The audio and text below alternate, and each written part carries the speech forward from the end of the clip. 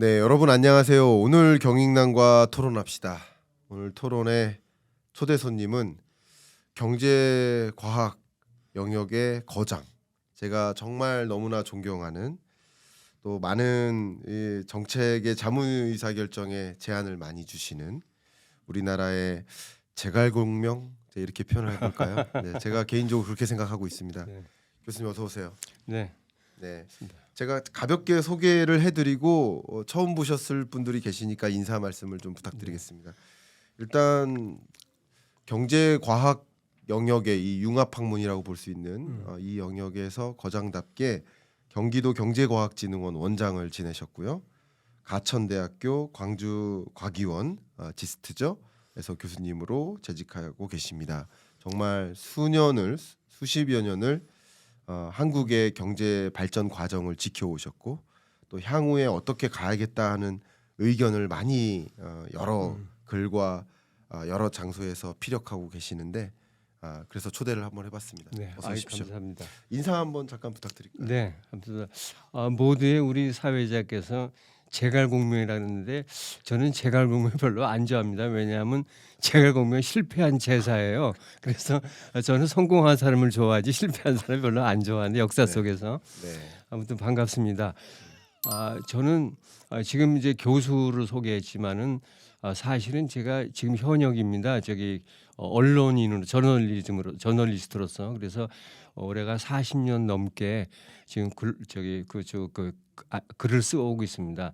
네. 제 전공은 세계 글로벌 뉴스를 어떻게 우리가 분석하고 볼 것이냐 이런 쪽으로 하는데, 특히 저는 글로벌 뉴스를 보더라도 이거를 국가의 전략과 정책 이런 측면에서 바라보고 분석하고 그 분석한 내용을 혹시 그 한국 경제라든가 한국의 경제 발전에 어떻게 도움이 될까 하는 그 조언을 해주고, 그래서 한편으로는 저널리스트고 한편으로는 분석하고 한편으로는 정책 지원자라고 할까요? 좋습니다. 네, 그렇게 하고 있습니다. 예, 정책 컨설턴트 네. 역할이시죠. 예, 와주셔서 감사합니다.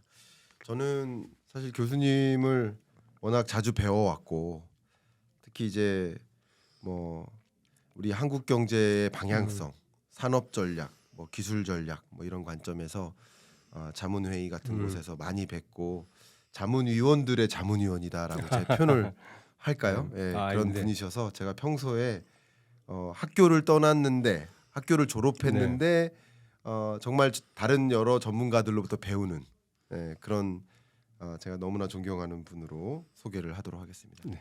그러면 단도직입적으로 네. 이렇게 여쭤보도록 하겠습니다. 제가 교수님의 여러 어록들을 종종 채널에서 소개한 적이 있습니다. 네. 한 어록이 뭐였냐면 기억과 기록. 저 이 표현이 너무 좋았는데, 예를 들면 저는 지나온 한국 경제사를 들여다볼 때, 특히 1990년대까지의 한국 경제사를 볼 때 기록에 의존해서 이해하는 거지 않습니까? 통계에 의존해서. 근데 교수님은 그 많은 지난 현대 경제사를 직접 경험한 기억에 의존하시는 분이시잖아요. 그래서 교수님의 그 기억을 많은 분들께 텍스널리지죠. 이걸 전달해 주시는 역할자로서 오늘 초대를 했는데요. 네. 그러면 이렇게 딱 여쭤보겠습니다. 교수님의 기억에 따르면 지나온 한국 경제사 어떤 경제였다고 혹시 평가하십니까? 네. 우선 저는 아까 뭐 기억 말씀하셨는데 올해가 어떤 해인지부터 한번 너무 얘기를 좋습니다. 해봅니다. 네. 2025는 어떤 해냐 하면은 우리가 그 21세기 들어가고 딱 4분의 1이 지나가는 해입니다. 그러네. 25년. 예. 근데 이거를 경제적으로 본다면 우리는 1년에 4분기로 나눠서 하잖아요. 경제학자들이 주로 1분기, 2분기, 3분기, 4분기 이렇게 나누듯이 한다면은 한 3기의 1분기에 해당되는 게 아니냐. 1분기가 중요한 게 뭐냐, 우리 1년으로 구할 때 1분기를 지나고 나서 보면은 그동안에 2분기, 3분기, 4분기를 예측할 수 있고, 또 하나는 잘못된 거를 교정할 수 있는 시간적 여유가 좀 있는 굉장히 중요한 1분기다 예. 했을 때, 지난 21세기 들어가고 25년 동안 그걸 보고 앞으로 앞으로 25년, 75년 이렇게 될 거 아니까 50년, 75년, 100년 될 거 아닙니까? 네. 그걸 진단할 수 있다는 거죠. 조금 더 훨씬 더 이렇게 사실에 가깝게 조금 더 리얼리티를 좀 살릴 수 있으면서 진단할 수 있고 또 하나는 그렇기 때문에 지금 우리가 뭘 해야지 더 잘 될 것인가를 우리가 생각해내 전략을 짤 수 있고 네. 또 잘못된 거는 안 되겠다 교정하자 다시 하자라고 할 수 있는 좋은 해가 된다 기회다 그죠. 네. 그래서 저는 이 그 25년을 이렇게 한번 규정을 해봤고 네. 그러면 올해는 어떤 해인가? 네. 다시 말해서 올해는 작년에 보면은 작년이 엄청난 대선거의 해였습니다. 네. 전 세계적으로 세계적으로 지금 64개 국가에서 총선 내지는 대선이 있었어요 작년에. 네. 근데 그거는 지구 인구가 지금 80억인데 약 50% 가까이가 선거에 참여했다고 나와요 통계가. 그럼 지구인 전체가 거의 선거에 가고 새로운 대표들을 탄생을 시켰는데 그럼 2025년은 어떻게 되냐면 그 선거가 끝나고 나서 이런 대표들이 각자의 정책을 엄청나게 쏟아낼 거라는 거죠. 네. 그렇기 때문에 2025년은 전 세계적으로 어마어마한 정책들이 쏟아져 나올 거다. 그러니까 정책 경쟁의 해가 될 거다. 네. 저는 이렇게 보는데 특히 그 가운데서 이 미국에 대선이 있어갖고 트럼프 2.0이라고 하는 네. 엄청난 큰 변수가 네. 나타난 거죠. 그 변수에 따라서 또 하나의 어떤 그 정책의 어떤 이벤트가 생길 거 아니냐. 네. 그렇기 때문에 2025년은 이런 그 정책 대결의 해가 되는데 아무래도 그 핵심은 경제 안보가 될 거 아니냐. 그래서 경제 안보라고 하는 키워드 속에서 전 세계가 이런 그 정책을 놓고 합종 연행이라든가 이합 집산이 막 활발히 벌어질 거 아니냐. 네. 그렇다고 한다면은 그러면 거기를 일으키는 그런 동인이 뭐냐? 드라이빙 포스가 뭐냐 했을 때 그것이 바로 테크놀로지다 이렇게 보는 네. 거죠. 그래서 테크놀로지인데 그 테크놀로지의 경쟁은 다시 말해 미중의 어떤 그 테크노 헤게모니 기술 패권 경쟁에서 보듯이 이 기술 경쟁이 훨씬 더 심화될 거라는 거죠. 그러니까 기술 경쟁 그다음에 이 경제 안보 국가 전략으로 같이 이어지는 거죠. 네. 그래서 근데 마침 이제 우리가 AI를 많이 보지만 AI도 지금은 국가 전략 속에서 움직이는 거 아닌가. 그래서 올해는 물론 AI라고 하는 건 하나의 예지만은 기술의 하나의 분야지만은 이제 이런 것들을 봤을 때 올해는 그 어마어마한 경제 안보를 놓고 벌어지는 정책 대결의 해가 될 것이고 그렇기 때문에 우리가 굉장히 그 전략적으로 세밀하게 우리가 다시 올해를 넘겨야 되지 않느냐. 그래서 바둑으로 보자면은 우리가 그 바둑은 보면은 크게 보고 그다음에 아주 세밀하게 둔다는 얘기가 있어요. 네. 그래서 차간대국 착수소국이란 말이죠. 차간 보는 눈은 대국 크게 보고 네. 판 전체를 보고 착수 그리고 결정적으로 바둑 알을 둘 때는 네. 세밀하게. 아. 그래서 차간대국 착수 소국이라고 하는 그러한 그 바둑의 언어가 생각이 나는 한 해가 될 거라 이렇게 봅니다. 네. 말씀하신 것처럼 정말 오히려 제가 우둔하게 과거를 여쭸는데 25년 경제에 대해서 굉장히 중요한 의미를 부여주셨고 의미를 부여주신 그만큼 지금 우리가 과거를 또 되돌아보고 앞으로를 좀 전망해보고 어떤 대응을 구사해야 될지 굉장히 중요한 상황이라고 저도 말씀 속에서 더 느껴졌고 제가 지난 월드 이코노믹 포럼의 보고서와 IMF 경제전망 보고서와 월드뱅크의 경제전망 보고서를 이제 지난주에 세 개가 다 나왔는데 네. 그거 볼 때 이 소위 정책 불확실성 말씀하신 예를 들면 트레이드 팔러시의 불확실성 혹은 뭐 아까 말씀하신 테크놀로지 팔러시, 피스컬 팔러시, 머니터리 팔러시 각 부문의 정책 불확실성이 극단적으로 고조화되는 국면임을 그 보고서들도 강조를 했는데 교수님들도 그 말씀을 이렇게 해주신 것 같습니다. 정책 대결의 해. 네. 자 그러면 이런 국면에서 일단 한번 이렇게 우리 경제가 중요한 이런 국면에 놓여 있는데 한번 과거를 한국 경제사를 한번 어떻게 평가하시는지 보시고 그리고 회고와 전망을 좀 해보고자 하는 거거든요. 예. 네. 저는 그 학교를 다니고 대학원을 다니고 이렇게 해서 사회에 나올 때는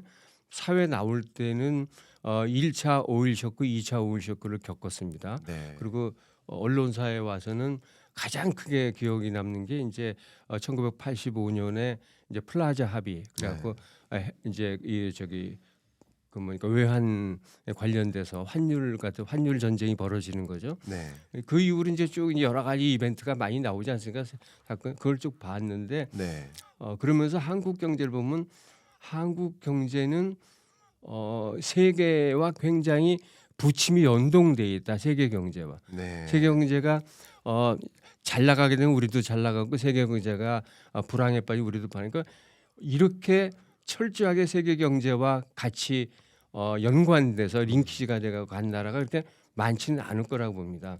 그리고 이제 그것이 결론적으로 말하면 2009년에 이제 그 우리가 외환 저기 그 글로벌 금융 위기 그 이후로는 우리가 세계 경제하고 약간 떨어지는 네. 괴리가 되는 봤을 때 다시 말씀드리면은 한국 경제는 수출 위주의 경제를 하면서 세계와 굉장히 근접해 있고 원래 제조업이 강국이니까 제조업 쪽으로 해가기 때문에 움직여 갖고 성장을 해왔는데 그 성장 과정에서 뭐 경제학자들이 늘 얘기하지만 예를 들어서 우리가 성장 위주의 그 드라이브를 걸었다 모든 걸 무적보다도 수출 위주다 그러니까 수출 이외에는 아무것도 생각하지 않는 오로지 수출만을 지향하는 경제 그러기 위해서는 대기업을 키워서 모든 국가의 자원을 대기업에 편중시키는 네. 이런 거라든지 여러 가지 그다음에 이제 무조건 가서 들어오자 도입해서 기술이 없으니까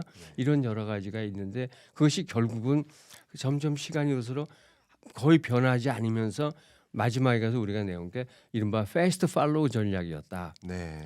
근데 패스트 팔로우 전략이 뭐냐면 모든 걸로 균일화시키는 시스템을 균일화, 사고의 균일화, 정책의 균일화해서 이것이 이제 그나마 그래도 굉장히 그 유지돼 왔는데 최근에 와서 그러니까 아까 말씀드린 2009년을 피크로 해서 가는 거는 그때부터는 우리가 좀 막 다 변했어야 되는데 네. 변하지 않고 시스템 변화를 안 하고 저기 조금만 그 이른바 코스모틱 체인지 네. 화장실을 고치는 것 정도로만 쭉 왔기 때문에 네. 지금 이런 그 문제가 생겨갖고 온 게 아니라 그래서 지금이야말로 지난 60년을 바라봤을 때 성장하고 성공한 건 사실이지만 네. 거기에 날이 갈수록 그림자가 자꾸 생기면서 이제는 이 그림자를 이거 하지 않고서는 도저히 이제 나갈 수가 없는 정도까지 온 게 아닌가.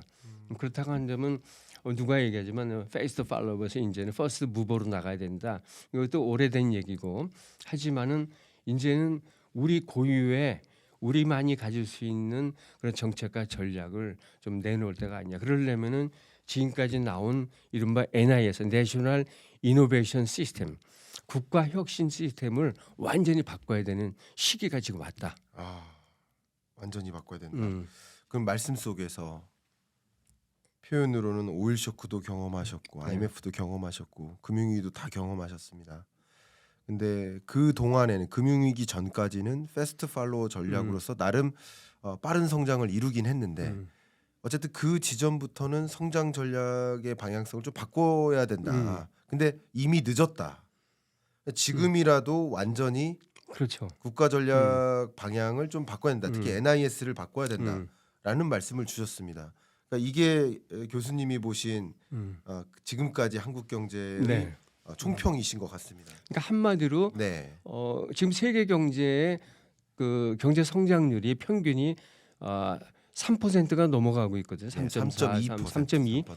예. 근데 우리는 2%대에서 머물다가 1%까지 내려가잖아요. 네. 이게 꽤 오래됐어요. 그렇습니다. 2009년인가 아마 그때부터 아마 우리는 그때 이제 그 벌어지기 시작해갖고 네. 그걸 극복을 못 하고 있거든요. 네. 그렇다고 한다는 것은 한국 경제가 대단히 뭔가 체해 있다.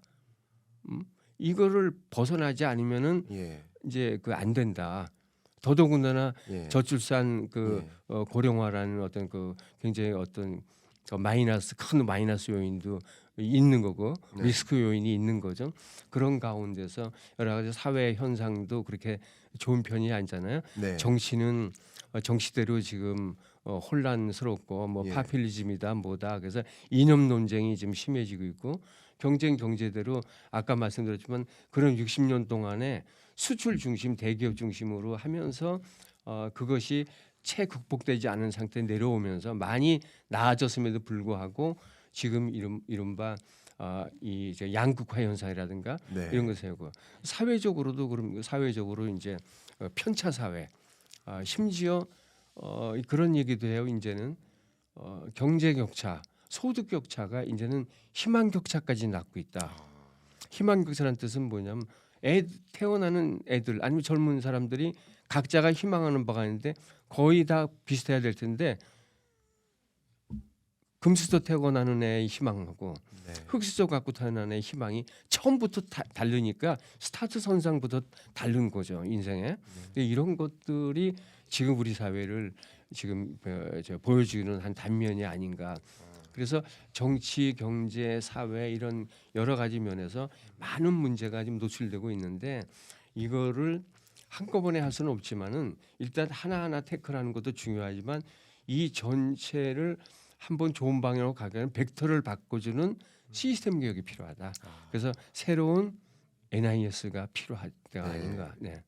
벡터를 바꿔야 된다. 네. 방향을 방향을 바꿔야 바꿔야 된다. 중요한 말씀 주신 네. 것 같습니다. 얼마 전에 네.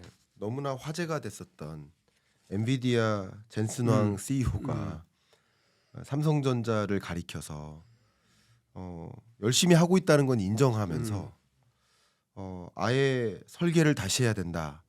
이 말의 의미가 뭔지를 저도 많이 해석하려고 노력했는데 결국은 공부를 이미 열심히 하고 있으니까 공부 더 열심히 하라는 조언은 필요 없다. 이 친구는 지금 아마도 공부를 열심히는 하고 있는데 성과가 안 나는 걸 보니 공부하는 방법이 잘못된 것 같다. 공부하는 방법을 바꿔라라는 조언으로 저는 해석을 했었거든요. 마치 그런 것처럼 우리가 사실은 이미 금융위기 이전부터 그 전부터 취해왔던 그런 전략 방향 말고 다른 방향으로 바꿨어야 되는데 바꾸지 않았었다라는 것에 대해서는 비슷한 방식으로 좀 해석을 해야 되지 않나 그런 말씀에 어떤 공감이 저도 됩니다.